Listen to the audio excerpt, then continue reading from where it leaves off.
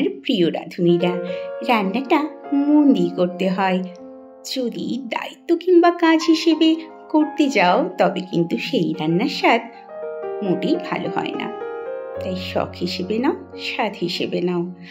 আজ আমার 15 নম্বর লাঞ্চ থালিতে রয়েছে সাদা ভাত আর পেঁয়াজ ফোড়ন দিয়ে পাতলা করে মসুর ডাল, আলু, কাঁচকলা, পেঁপে, রুই মাছের ধনে বাটা দিয়ে পাতলা করে ঝোল, তেলাকুচি পাতার শুক্তো।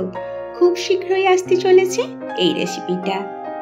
সরু সরু করে আলু থোড় কেটে নুন হলুদ দিয়ে ভেজে শেষে পেঁয়াজ লঙ্কা দিয়ে ভেজে নামিয়ে নিয়েছি।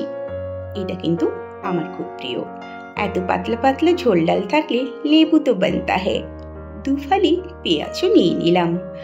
আঝালা সব কিছু এমন থাকলে আমি তো একটু ঝাল বেশি খাই, তাই একটা লঙ্কাও নিয়ে নিলাম। কি পছন্দ হয়েছে তো লাঞ্চ থালিটা? আমার লাঞ্চ থালিগুলো তোমাদের কেমন লাগছে কমেন্ট করে জানিয়ে দিও। সাথে থেকো, পাশে থেকো। এখনের জন্য আসি, টাটা।